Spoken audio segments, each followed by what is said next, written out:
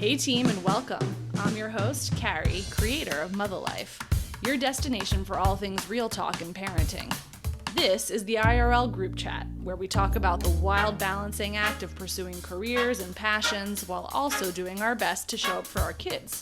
Join me every week as I sit down with some badass parents in my closet and we talk about their careers, kids, and relationships and all of the weird shit that comes up when you're trying to balance the seemingly impossible.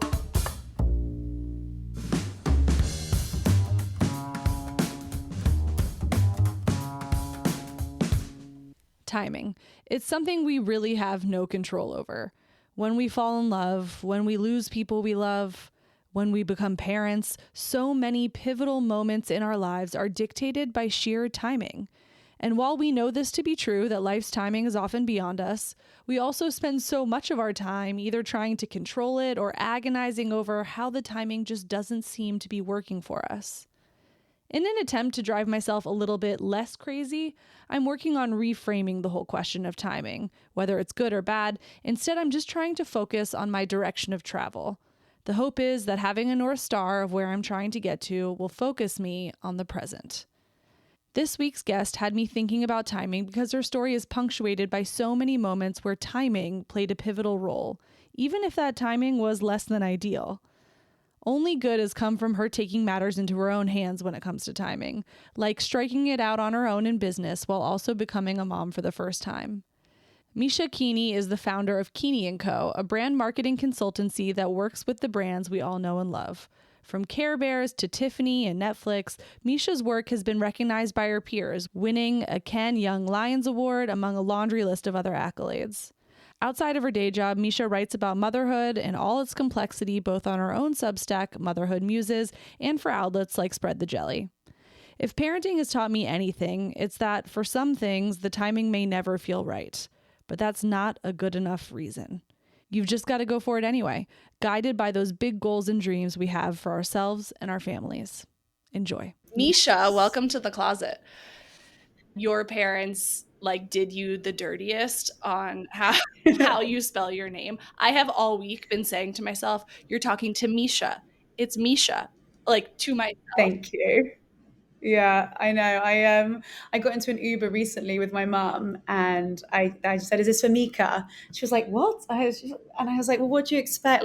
There's no point me getting in and saying, 'Is this for Mica?' because it just comes back with a no." So yeah, thank you for learning it. Otherwise, usually it gets a really awkward. Well, also thanks, Mom, if you're listening. Yeah, but it is true. The way I spelled my son's name.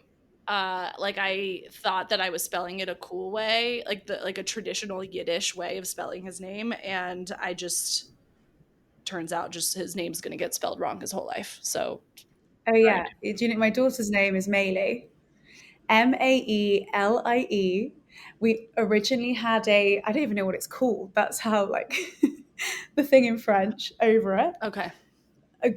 And which we dropped, and it has just been a bit of a disaster. I mean, a beautiful name, but yeah, in terms of pronunciation and spelling. And I told my mum I would never do what she did to me to my kid, and then I did exactly. And if that isn't the parenthood journey in a nutshell, it's we're all really focused on avoiding the big ways that our parents fucked us up, that accidentally a lot of the small things that they did to us we just adopted without realizing because we're too busy fighting the bigger demons to realize that they also did these other things.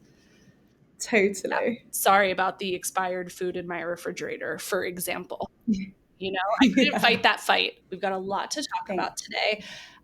For listeners, when Mica and I first talked, I heard her voice on the phone and I immediately go, "Oh my God, are you Jewish? Are you from North London?" Because your accent truly is the most comforting thing to me in the world, because that was my community when I was living there for so long. Some of my closest friends from summer camp. It's such a comforting sound to hear. I know. I feel like I was at a drinks party on Saturday with kind of more posh Brits, and they were like, "You've kind of got this American twang." I was like, "No, it's just a Jewish English voice that you've probably never heard before." North London, actually. Yeah, exactly. But I love that you could identify it off the bat. It was just "Oh, did you go to my summer camp?" Yeah. So okay, we're gonna get from growing up in North London to today in New York with your French husband Mhm. and your hard to spell child's name, which is so cute, going to French daycare. And we're going to do it all in about an hour. And there's a lot to cover. There's everything from the highbrow, talking about identity and, you know, how our lives change in unexpected ways, to the lowbrow, which is, well, sorry, not lowbrow if you're listening, Kardashians, but like I do want to talk about how they all ended up in Care Bear shit because Oh, so yes. exciting.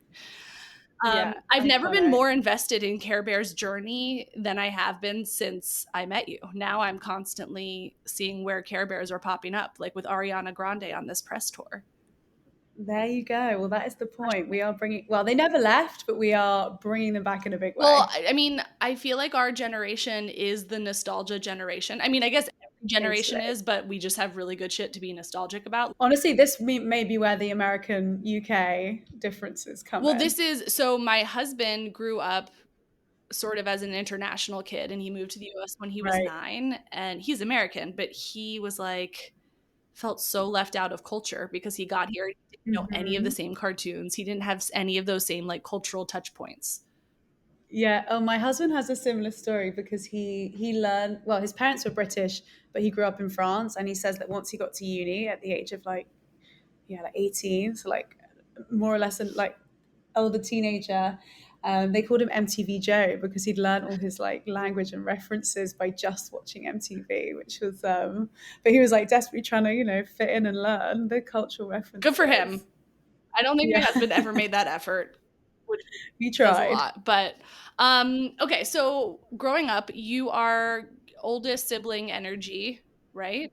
You have a Exactly. brother. Yeah, I'm an older sister. I have a 3-year younger sister, Tara, Hey Tara. and we're super close. Sweet. Yeah, hi Tara. She will definitely She's be doing cool listening. things too, right? She's doing amazing things. She is doing a founder series on, well, across social media where she's interviewing, yeah, some of the top founders. And she said it recently, and it's definitely the case, and it describes her perfectly. It just has been born out of relentlessness. Like, she is getting the founders of Duolingo, WeWork, Shazam, Spotify, all the rest of it, just from being relentless. I think I had like a weird crossover moment when you meet people on the internet, as we have met, and then Mhm. you sort of like the algorithm starts serving you things. I follow Simon Squibb, and Yes, she was talking to him, and I was like, am I getting this because I follow Simon Squibb, or am I getting this because this is Misha's sister? I don't know. I love But also, wait, that. what Oh, is her that's actual name? amazing. Because her is her Tara. full name Tara? Tara Keeney, And yeah. how do you spell Tara? Okay, so Tara. your parents learned a lesson. Okay. Yeah, I just didn't yeah, know if it I was going to know. be like Taraugh. Yeah, exactly. No, just she's straight Sure. Tara. Okay. But I That is love that you saw that. well that's yeah, I saw that because I mean, I love Simon Squibb. Yeah, He's got a real legend. POV. I want to be the Simon Squibb of the mother space and just like go out on the street and ask strangers questions about parenthood. Well, when she's here, you should be interviewed, I mean, or when we're in the same yeah, place. exactly. Come on over, Tara. Yeah. Okay, Yeah. so you grow up, you give strong older sister energy, in part because you are just such like a hard achiever and you're a go-getter and you're like very Mhm. specific about what you want and what you want to do. And I feel like, do you feel like you identify as an older sibling? Yeah, I think that it's been an interesting one as we've like gone through our like relationship together. I definitely was the older sister when we were growing up in terms of bringing her out with me. My parents were relatively strict with being able to do certain things, but as soon as I was able to get my ears pierced, she was able to get Yeah. her ears pierced. As soon as I was able to go out like partying, she was able to go out partying, and I was always the one kind of looking out for her. And I love being an older sister. I think it's the best thing ever. It's been interesting as I've now then brought a new baby into the mix, because just trying to really understand that new dynamic where she is no longer the only baby that I Yeah. have. So yeah, but I absolutely adore being an older Does she sister. like being older sistered? She likes being older sistered. Oh yeah, definitely. Yeah, we're on the phone like 10 times a That's day. the best. us. Yeah, it's amazing. I think me moving away was definitely tricky on Yeah. her, but I mean, she comes and visits as much as There's a lot of possible. So, founders in New and York that's for her to bother. exactly, yeah, she's here as much as possible. And let's see, other stereotypes of oldest siblings, especially daughters. Do you have anxiety? Are you a high anxiety person? I am not a high anxiety person, or at least not like I don't think I'm a high anxiety person. And then it shows up in different ways. Like I remember I read psychology at university at college, and like in the book of like figuring out what you might have, it's like okay, if you bite your nails, pick your head, this and pull out your hair, this and that, and I was like, oh shit, like the signs are saying I Yeah. do, but I don't think I would define myself as someone that has it, if that makes sense. 100%. I thought I was the chillest Yeah. person in the world, but Yeah. turns out I was just internalizing everything and putting it into my Yes. stomach. But I Yes. thought I was cool as a cucumber. So, Yeah, that both sounds familiar. things could be true. Jewish Exactly. stomach. Yeah. Okay, so you grow up as an older sister. You mentioned your parents are kind of strict. What does that look like for you? Is it curfews? Is it clothes? Like where are they drawing the line? Yeah, I think in fairness, they wanted us to be children for as long as possible. I feel like it came from a good place. And I mean, my sister and I, like, we love partying, going out, being social. And I think they wanted to like instill family values in us as much as possible. Like, if it was Shabbat dinner on a Friday, you can only go out after that happens. If we were on family holidays together, vacations together, you can't go out every single night, like with different people you meet. But also, I think my dad was quite traditional when it came to like me starting to meet boys and have boyfriends and like wanting to like going through kind of that puberty, like kind of coming of Yeah. age phase. Like I remember at bar mitzvahs and bat mitzvahs, which happens when like kids are 12, like I was the one in the long dress. I wasn't allowed to wear the short black dress and definitely wasn't allowed hair straighteners or makeup. And I mean, all I did was go to friends' Sure, houses and, obviously. Yeah. obviously, but there was definitely that kind of vibe until there wasn't. I think once we became Well, like, at some point you just don't have any control anymore. yeah, they gave up. They completely gave up. But Are they yeah, British as well? yeah. So my both British, both from Manchester. My dad actually passed away, Sorry. so but not well, coming on 10 years Wow. ago now. But yeah, both from the same place in Manchester, but moved down to London, So did they meet in and that's where we grew Manchester? up. They met in London, sorry, but like knew all the Well, same that's kind of wild. people. Yeah. And yeah, yeah, yeah, yeah. And then we lived there. Yeah, the Manx. whole Manx, That's a whole exactly. other subculture. I don't know about Jewish Yeah, Manx subculture, but Manchester is absolutely its own culture unto a nation. totally, Okay, totally. so it sounds like you grew up in an environment that put a high value on like doing well in school, achieving, right? Definitely, my it's funny to me. My school was my school. My uni was my. I mean, I knew my uni was something different, but my school was my school. I was there from age 4 to 18, all girls day school, um, and the first girls like independent girls school in the country, like a pioneer in women's education, founded in 1850. Like we were kind of like told all this over the years. Um, and it was very academic. Like to put it into context, I think 70% of the kids applied for Oxbridge, which is like Ivy League status, and about 30% got in. And it's amazing. I had a really good time there. I feel like luckily the academics didn't like trip me up necessarily. I could kind of get through it, but it was definitely like instilled in you in a great way, that kind of female empowerment and ambition type of vibes, which then, yeah, was definitely carried through to Cambridge where I ended up. Now, when you were in school, were you one of those kids who was like, I was very focused on getting my A. Like I Yeah, wanted an A across the board. I wanted to do great in the exams. And I knew stuff that I liked, but I wasn't like prioritizing giving that so much more airtime because I was more focused on making sure I got A's across the board. Did you know what you were really into, or were you just trying to make sure you were achieving?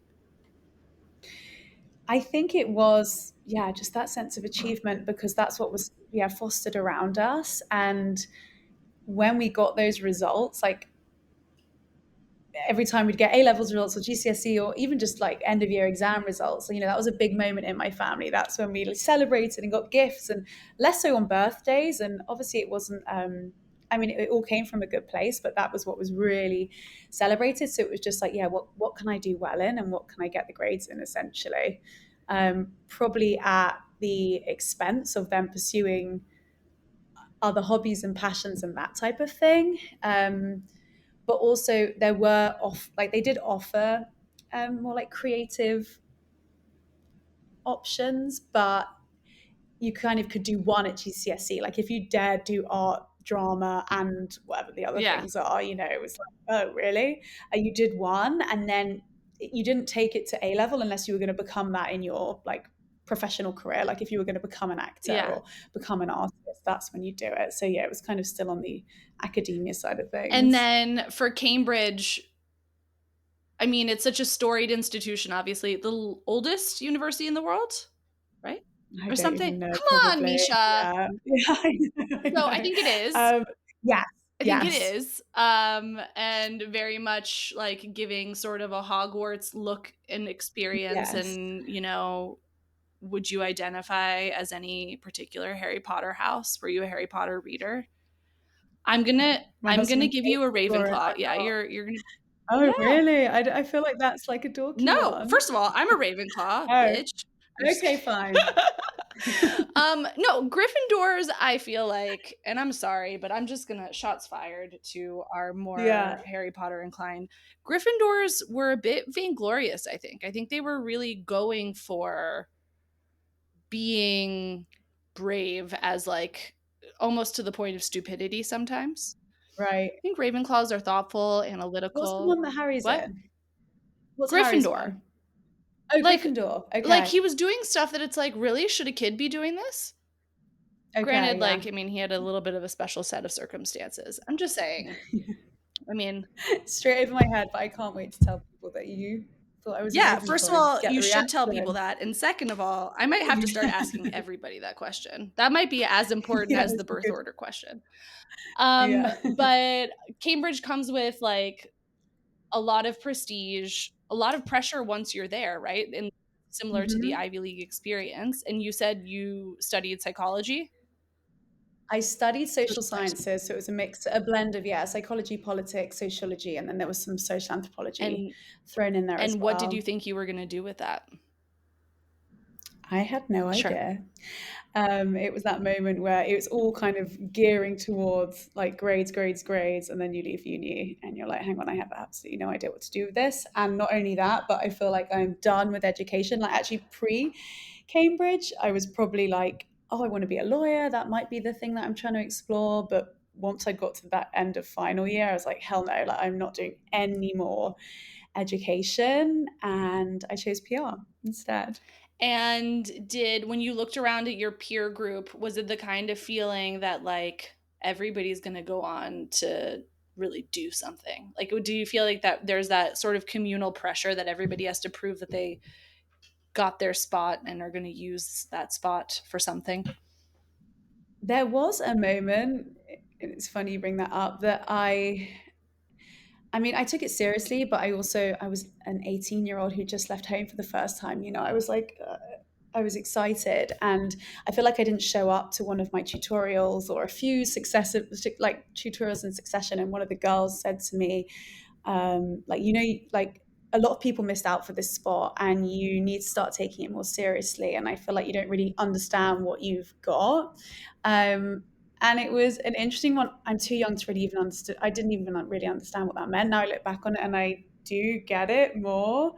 But I feel like at that point in time, I don't know, there was that kind of collective energy that we were at somewhere like really important and you need to focus and do that. It just is it's a crazy age. You're young. I've actually never been in 7 years in the UK. I never once went to Cambridge for anything. It is stunning. My husband's family live near Cambridge, and I remember when I was there, again, like a 19-year-old and family would come and be like, "How beautiful is this place?" I was like, "I would want to be in Nottingham or like in the middle of nowhere in Bristol because that's where all my friends Bristol's are and that's cool, where the to be fair, parties are yeah. happening." I was like, "I don't care that it's pretty." But then we went back and I took my kid like earlier this year, and it is absolutely stunning. And the fact that I didn't realize that, or I just didn't care Yeah. about it at the time, is a travesty. Like it's If that isn't unbelievable. a metaphor for aging in general, I don't know what is, Yeah, I truly. know, It's I like we don't know, I appreciate, know. like, our ripped bodies that work super well when we're young, Oh, I and then know, I now if I have to know, get up off the floor more than 5 times in the course of 15 minutes, I just wanna die. I know. Okay, so you go into PR after. Where Mhm. in this storyline does your husband enter the picture? Not yet. PR was still in London, and he enters in New Okay, we'll get York. back to him then. So we're in London, Yeah. we're doing PR, and are you just like living your sort of fabulous post grad life dreams? Totally. It was an epic first job. Like I couldn't have been happier with working with amazing people. My clients were, it was kind of all luxury lifestyle. So a lot of hospitality. It was Verve, or how do you say it? Veuve Clicquot. Don't How ask do you me, say you got the Verve Clicquot? Frenchie in your house. I know. I feel like the Americans say Verve Clicquot Ask in a different Maylee, she way. knows she's at French school. Yeah. It was Belvedere, Annabelle's, if you're familiar. It's like the Yeah. only club the Queen ever went to.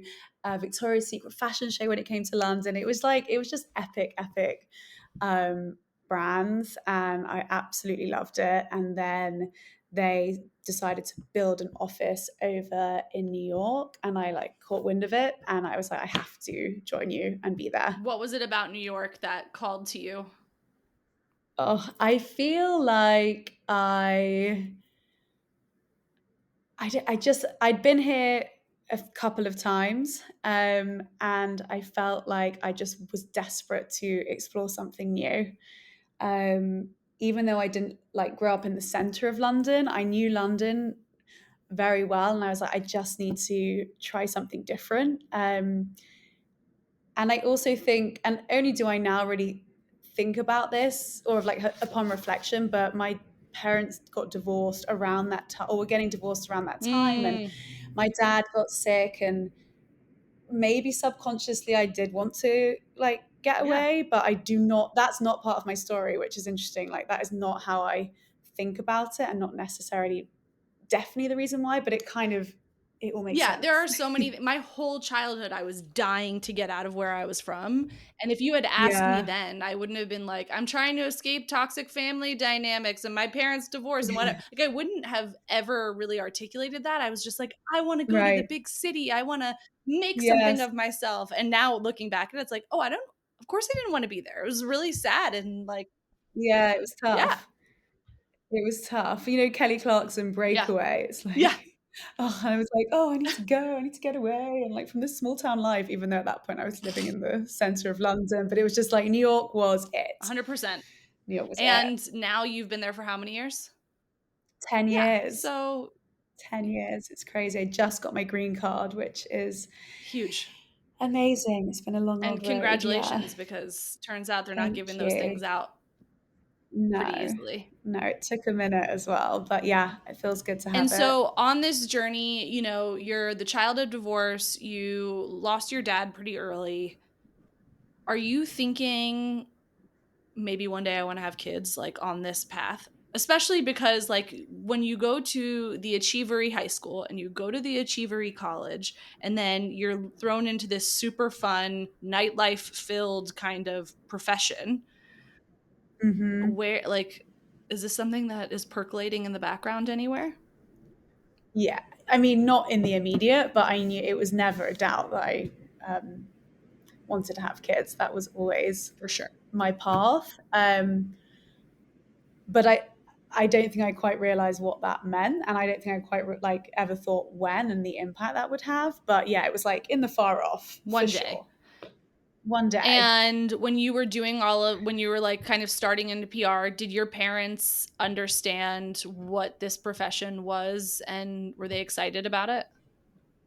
They were super supportive. It's funny. I have had commentary over the years of, oh wow, you got a first class degree from Cambridge. Like that isn't necessarily the most like kind of this sort of snobbery way of looking at PR, and I feel like I really loathe that. It is been something that really opened me up creatively. I feel like it has like gained me so much confidence and so many skills that I don't think I would have necessarily got from a more like academic job, whatever that means. So, but yeah, they were really great about it. And again, like only looking back, do I realize that they could have probably said like, do you even want to consider like you could be going for a higher paid job or like off from the jump or something else, and they never questioned it. They're amazing. And were they the kind of parents that were like, when are you going to settle down and have kids?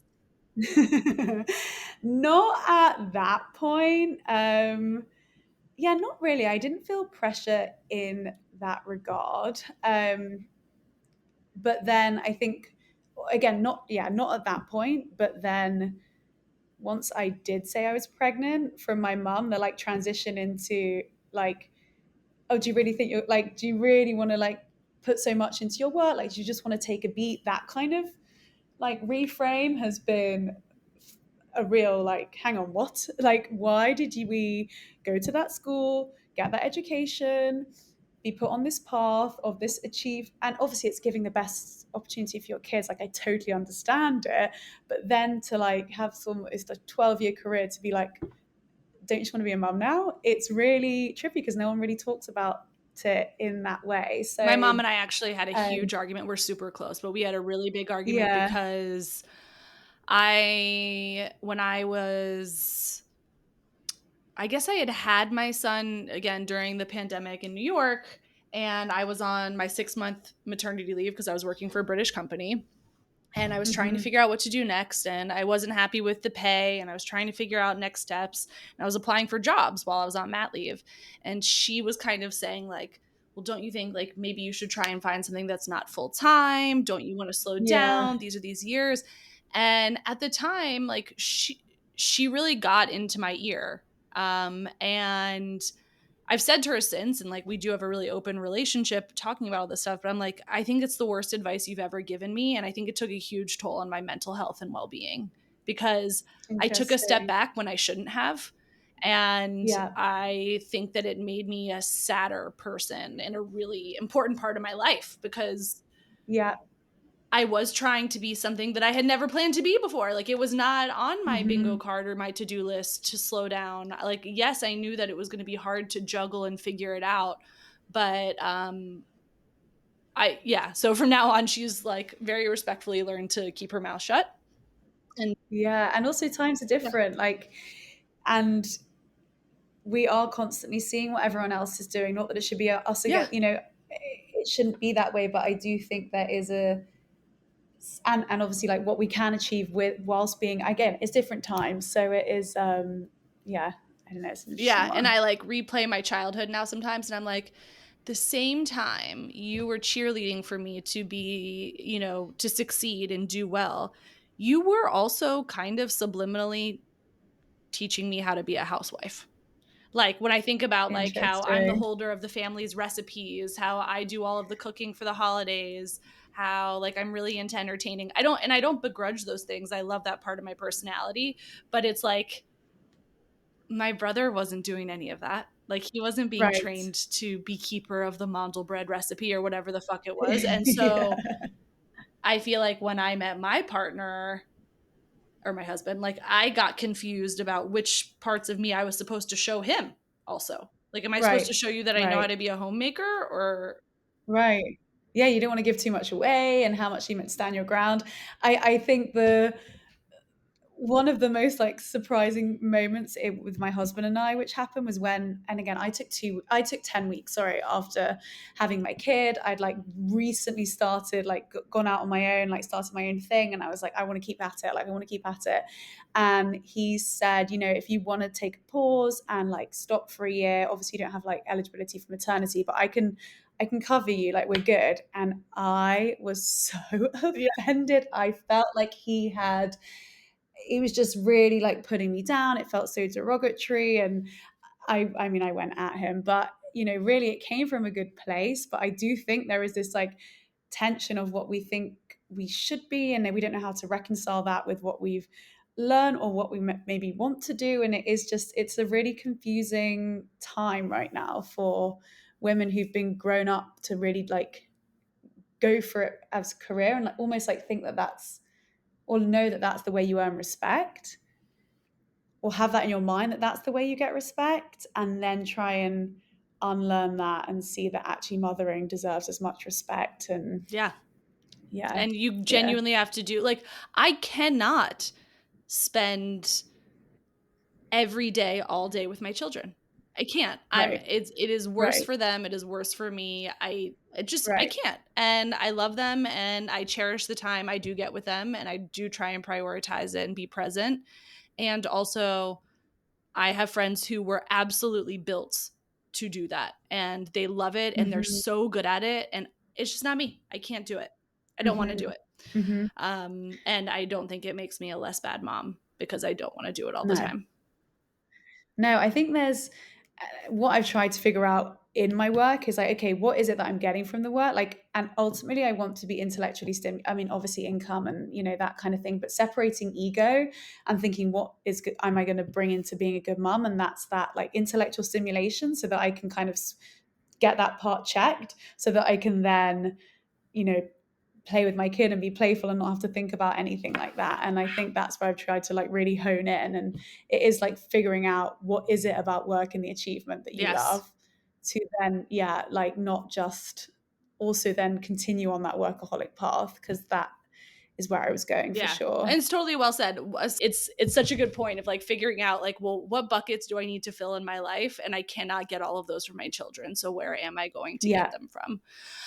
Yeah, Now exactly. you move here with your old company.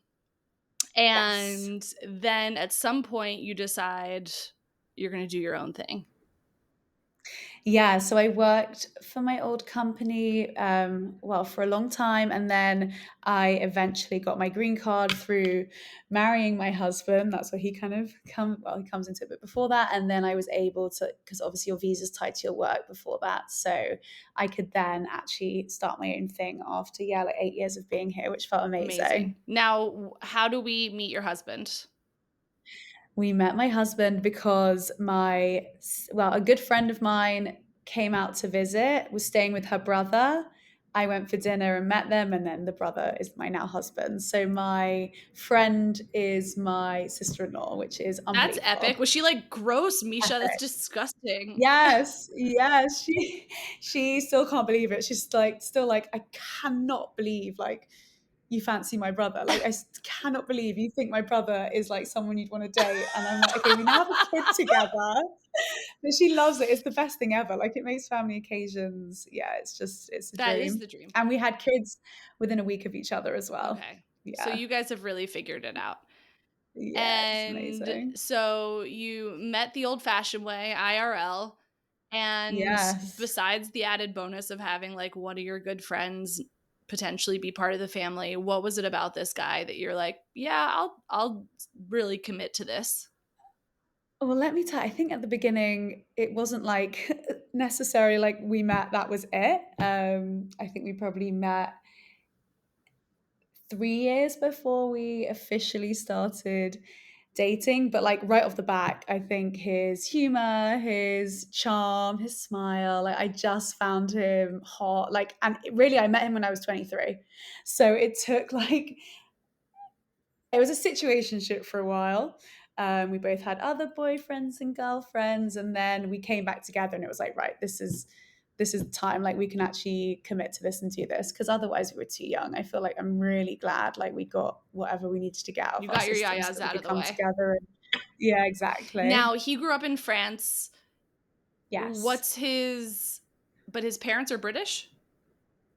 His parents are British. They were like, we want to, why not bring our kids up Why in not? France? Why would we do this in England? Yeah, it feels a much more dreamy place to be. So they moved to the south of France.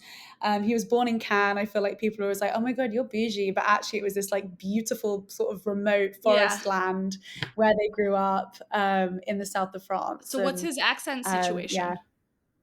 He good question. He has he has a pretty perfect French. Well, he's French. When he speaks French, people think he's French, and when he speaks English, people aren't quite sure what he sounds like. But no, he sounds He English. sounds He sounds English. like Okay. he's totally bilingual. Good for him. Oh yeah, he's not like hello, like that kind of vibe. Okay, good. No. This really turns some things Yeah. around for me in the story that I'm telling in my head, so this is useful. Yeah, no, he speaks like with an English So, would you accent. say you said he's not Jewish? You're both British, though, in terms of being raised by Hmm. British parents. Do you guys feel like there is still a cultural difference in your childhood and upbringing with the Jewish, not Jewish thing, or does British trump it all? I don't think British trumps it all actually, because I feel like we don't feel like British to our core, hence why we feel so comfortable living abroad. I think I was a Jew living in England, he was a sort of Brit living in France, or kind of, we weren't like just British through and Yeah, through. Um, so I think that's one thing we probably have in common in a way. But we both do have like we're very, very close with our families, and I feel like that is a Jewish. I mean, listen, it's universal if you like your family, but that's what I feel like is like core to my yes. Jewish family life, and he has exactly the same feelings, and like vibe with his family, which is amazing. Um, both our fathers passed away when we were young, which is an interesting one because, again, it's not why we're together, obviously, but it definitely is a connection point that really helped me. And again, I met him like pretty soon after, even though we Yeah. didn't then get together for a while. But I feel like that is something that really meant a lot when, yeah, being together.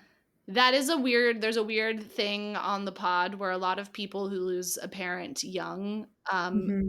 then meet their partner soon after, whether or not like they get together Yeah, immediately. There's some like yeah. universal karmic thing there. I'm not that woo woo, but maybe I'm becoming woo woo because there's enough data points on the pod to suggest that this happens a lot.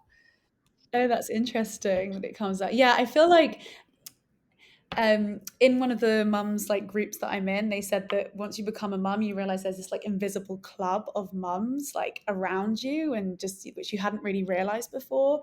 And I do feel the same now with like the one parent club, or like, there is that kind of understanding and feeling like when someone says they've lost a parent, like you don't have to really get into it, but you just know like how it feels and what it means. It's So so true. And yeah. I'm sure you have the same experience, but when I look back on colleagues who had kids before I had kids, there's like a Yes. whole part of their life and universe that I never understood, tried to understand. Yeah. Like there's just Oh, I went back and yeah. apologized. We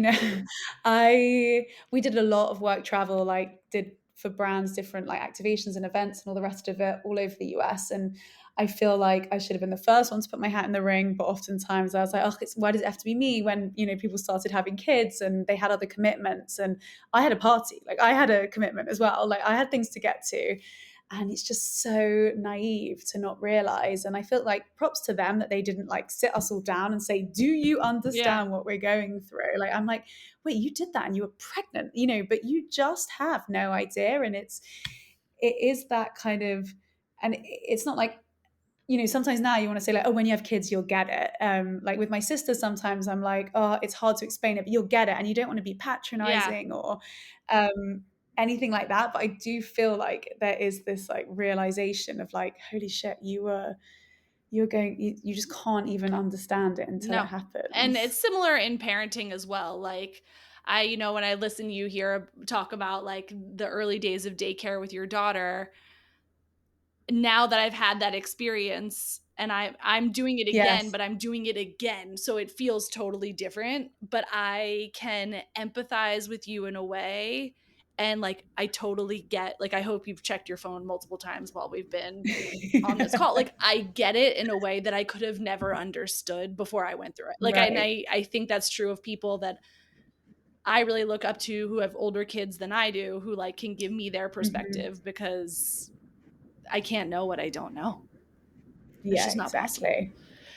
Yeah. And even when people tell you, you still have to go through it Yeah, yourself sometimes as well. there's no Yeah. amount of, and that's kind of what my I have said to my mom before, and she I think really gets it now of just like I'm not going to do everything like you did it. And Hmm. also, like, your cautionary tale doesn't matter. Like, I still have to have my own Yes, experience, or else I'm not going to totally. believe. And then I can eat Yeah, I mean, later. everyone said going back at 10 weeks is insane. And I said, no, like, you're different to me. I am fine. I also thought I'd get to my best friend's wedding after 8 weeks postpartum in remote Sure. Italy Yeah. from New York, exclusively breastfeeding. And people told me I wouldn't, and I was like, oh, I'm just not going to be that kind of mom. Like, I'm going to be way more chill than that. And yeah, shock, it didn't Yeah. happen. So yeah, and I figured that out the day before I was meant to fly. So you do just let the whole, yeah. Anyway, but you do have to just figure out these things as you Yeah, go. there's really, it's just like, it's just an extremely, to be cliche, humbling experience filled with a lot Yeah, of eating shit for things that you thought yeah, before. yeah. Now when you and your husband met, you have this period of sort of talking, situationship, you decide to come together. Mhm.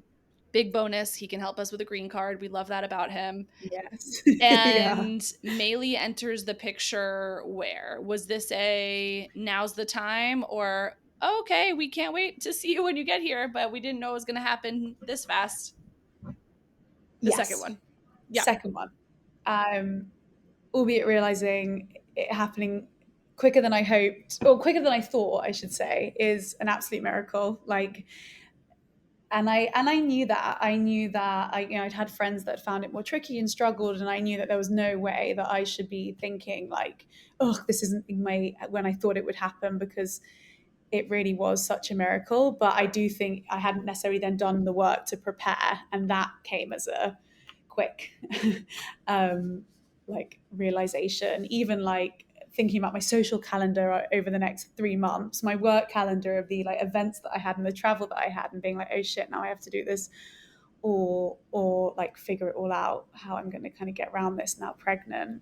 Did you feel in the workspace at all that you, not that you were embarrassed about being pregnant, but like any concerns about how you communicated professionally about it? I think for me, I just had the opportunity to start my own agency, consultancy, whatever we call it, and I had these big plans, and it wasn't necessarily in the immediate, like, well, yes, telling clients, but that kind of could come further down the line. But actually, just when I told friends and family, like, oh, I've made this big hoo ha and announcement, and then I've decided to get pregnant, and what does that all how does that all come, like, what does that all mean, I guess. Like, it was strange Yeah. timing, to have got like started my own thing like 3 months before getting And pregnant. I think we talked about this. So your first, the client that sort of brought you to the US, ironically, was birth control, right?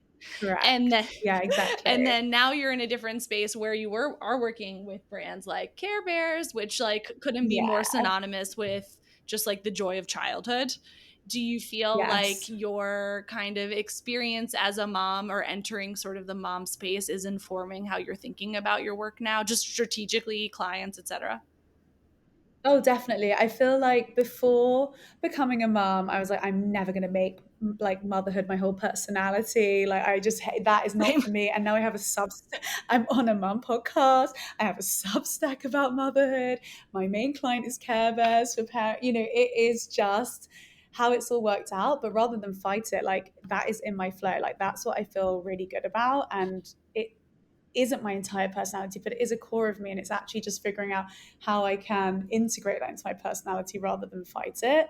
But I do think it has been an interesting learning curve. I worked for some clients previously that were looking to target mums, like Bobbi Brown Cosmetics was one of my clients. And, I could come up with ideas, but until I was not the age, so I was not the demographic. And there were people on the team who could offer that advice. But like, I'm desperate to work with them again now on their mum strategy, because I could offer so much more value. And I think that, yeah, it's been such a blessing to work with Care Bears in that way. Now, how do we get Care Bears in a room with Ariana or Chloe? Like, how do you work the magic? How does it happen? Well, yeah, this has been it's kind of been a long journey behind the scenes, but I do feel like it is really just tapping into those authentic, like real fans of the brand, like seeking them out and then doing what we can to really amplify that and like push it even further. Yesterday, and actually a lot of it is like organic on the whole. Like yesterday, we found Channing Tatum in his like new movie promo saying that one of his favorite films is the Care Bears movie, and that has kind of come out over the years because he is a real Care Bears fan. And then it's like, how can we foster that and just continue that relationship in the most, like in the best way? So it's just been amazing. And I feel like I've been really lucky to come in at a point as well when a lot of that has like started to bubble up. So Channing should be looking out for some massive box of stuff coming his Oh way. yeah, exactly. Yeah, I'm like, he can come and get it from my apartment if he, No, I'll you actually know? just give me a couple 24 to 48 hours. I can be there to help deliver the Yeah, box. exactly. Talk Exactly. about No, a it's committed amazing. dad, right? Yeah. Okay, so now that you're in this chapter, Maylee is dipping her toe into preschool. We're starting this journey. Yes. We've picked a French school. We're not sure. It's a different cultural experience that will be good for her. Yes. Does your husband speak French to her? Okay. Yes. That's great. Which is amazing. It's a huge transition when, she's a proper toddler now, and there's a huge transition Mhm. when they start like spending time away from you. Have Yeah. you have you had any big epiphanies in this, short whatever week or two that she's been away of what it's like when she's not around? Because before that, was she just with you all the time and you were juggling? I had like Okay, nannies slash babysitters. Like I definitely had critical. childcare, but it is a difference in. I had this moment last week where she used to be in the apartment or going out to play, but on the whole she was here. And I got back to my apartment and I was like, right, where should I go and work, like what cafe should I go to, all the rest of it. And I was like, hang on, I don't think I've ever been in my apartment by myself. Like we moved in about 4 months ago and my husband's here, my kids here, the babysitter's here, like all the rest of it, at least for like a stretch of time. And I was like, oh my god, I'm just gonna chill in my apartment. Luxury um Oh, it's amazing. It's amazing. Even now, like I'm in my apartment by on a phone myself. I call. can't believe it. On a phone call, Wild. uninterrupted phone call. Wild. And with your husband, he goes to an office? Yeah, he's in the Did office I five make it up? days a He's in week. finance? Yeah, he's in finance. Yeah. And do you guys, because he is in a more sort of like predictable, he's gone 5 days a week in the office, his like remit for his job is probably relatively well defined, hours, additional commitments, whatever.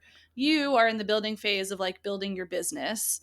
You have a young kid at Hmm. home who it requires different things. Have you guys Yes. like had a sort of specific discussion about who's responsible for what and how all that works? Yeah. Having a baby was our first responsibility together. We don't own a car or a house, never done a project. Like this was our first, Joint yeah, venture? well, joint venture, exactly. And it took me a while to like come round to how things made sense to flow. But I love planning. I like the admin. He hates it. He's not very good at it. I am good at it. But I felt this like, we need to split it. It's not cool. Like, why should I be like, just fighting it essentially? But when you sit down and like the facts are he's at the office 5 days a week working and I can be more flexible and our baby is only a year and a half and or previously like our baby was only 10 weeks 6 months whatever, and I do like that stuff, so why would I not, to an extent, not all of it, but I can figure it out. So why would I not just take it on and shape my work so that I can make all of that happen and just make life easier all Yeah. round. I mean, as long as it works. I empathize with that initial pushback of just being like, wait a minute, why should this be me? Hmm. Why am I doing this? Yeah. And Yeah. I think there's like this false argument that people put forward around like, well, who earns more or whatever. And it's like, well, we Hmm. jointly decided to have a child. So like that Yes. shouldn't matter per se. Yes. But, the flexibility obviously can be such a gift. But Yeah. And I feel like Neha Rush, who wrote The yeah, Power Pause, if you're yeah, familiar with that book, I went to one of her talks and she brought up just the idea of outsourcing. Like, what are the pain points and how can you make things flow yeah. easier for you? And I realized that I was bending over backwards with Mhm. cooking and I felt like I should cook. Now I was a mom and I'm not good at it and it just takes up too much time. So I've decided to get a delivery service. And actually, it's not even more expensive because by the time I was getting the groceries and wasting money on the groceries that I hadn't cooked and like overthinking the recipes and all the rest of it, and with my time, it has just like freed up so much and like alleviated so much pressure on my husband and I. So I do think there is like, often people think, okay, outsource, I need someone to look after my kid. But there are other ways of getting support that aren't necessarily obvious. And it is just thinking about like what is causing you My drama challenge, and Misha, is more angst. just with the patriarchy rather than the outsourcing. Like Yeah. I have so much help and I am so, so fucking grateful for the help I have. I have a housekeeper who comes Yeah. 3 half days a week. I have an au Oh, pair. nice. My kids are so I have Yes. so much help. And also there are things that I want my husband to do because he fucking signed up for this too. And there's no Yeah. reason that I want him to do it. And yes, I could figure out some way to have somebody else do it, but I want him to do it on Yeah. principle. Like it is you. And Yeah. and I Yeah. can, that is what it is. Have you heard of the playing card? There's the playing cards fair Biggest fight of game. our life was that thing. Yeah. Biggest fight. I've like got it saved, ready to go. I'm like, I've not yet done it, but that's Listen, Eve funny. Rodsky, if you want to come on the pod and talk to me about workshop how How it's it can supposed work. to go. But what I ended up actually doing, we ended up doing recently was I just had Chat GPT give me a comprehensive list of all tasks Yeah. related to the home and the children. Yeah. And I went through and like proposed what are the things he's going to wholly own and take over.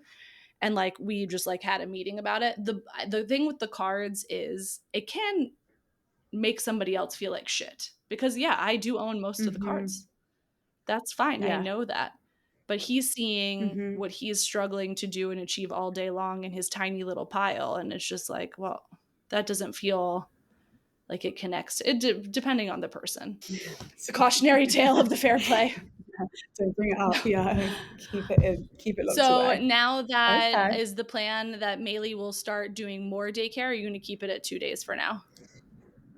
So it's 2 days with a babysitter looking after her on a Wednesday. And I feel that feels right for now. I mean, one commitment I've made to my family is that I'll come home for like a month stretch at a time. And Joe will join us when he can, like with his work. But again, like there is a sense of me being flexible so that I can also have Maylee be with her family and like all of my friends at home. And that's another piece of the puzzle. Like when I have it in my bones, like I want to work full time, I want to grow my agency, like this is my focus. But then there's other things where I'm like, hang on, no, I really want to be able to have that time, at least in these early years where I can go home for a stretch. So all to say, I'm keeping it relatively fluid and only committing to 2 days whilst I like until we get back in January. And then we'll see. Let's see how she Oh, gets that's on. so cool to be able to have a big Yeah. chunk of time at home like Yeah, I that. can't Oh my wait. God. It's I can't wait. so, so much fun.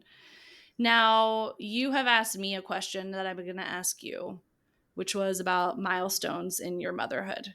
You asked me, and Hmm. whenever it'll come out, we'll put a link in the show, wherever, somewhere. For you, what do you feel like has been the biggest milestone for you in your motherhood now that you're a year and a half ish in? Ugh, I feel like meant to say something really meaningful, but No. honestly, I Did you read mine? It just was like got taking the dog out yeah, with the kids yeah. together. I feel like the trips that I've been on without my kid, obviously the ones with my Yeah. kid, amazing family time, whatever. But I really did, I breastfed for 8 months. Like I don't have much family, or well, I don't have any family. We don't have any family in New York, and I thought we would never do a trip alone again. Like I just couldn't see it happening. Like when you're in the depths, and also my kid didn't sleep for like a long time. I didn't know if anyone would want to have her like overnight. Anyway, at the year mark, we took a trip to Ibiza, my husband and I, with some friends who were also parents. It was like the two couples. And it was the most amazing time ever. Like there was a lot of pre-planning that went into it, obviously. But and I'd stopped breastfeeding by that point, and I just feel like that connection point between my husband and I was just, yeah, it was so brilliant. And it really did feel like, oh my goodness, we can be these parents and like have that time together. Because I do feel like when my kids around, we are parents. Like we like being parents. And yes, we can get babysitters, but we're still like thinking about Maylee and stuff. But actually when we were away, we just really like entered back into like how we used to be, but in a new way. And I feel like that was, Did it take a like little a bit of real like nice momentum when you got there to remember how to be? Yes, we in the taxi on the way, we were both like FaceTiming her and all the rest of it.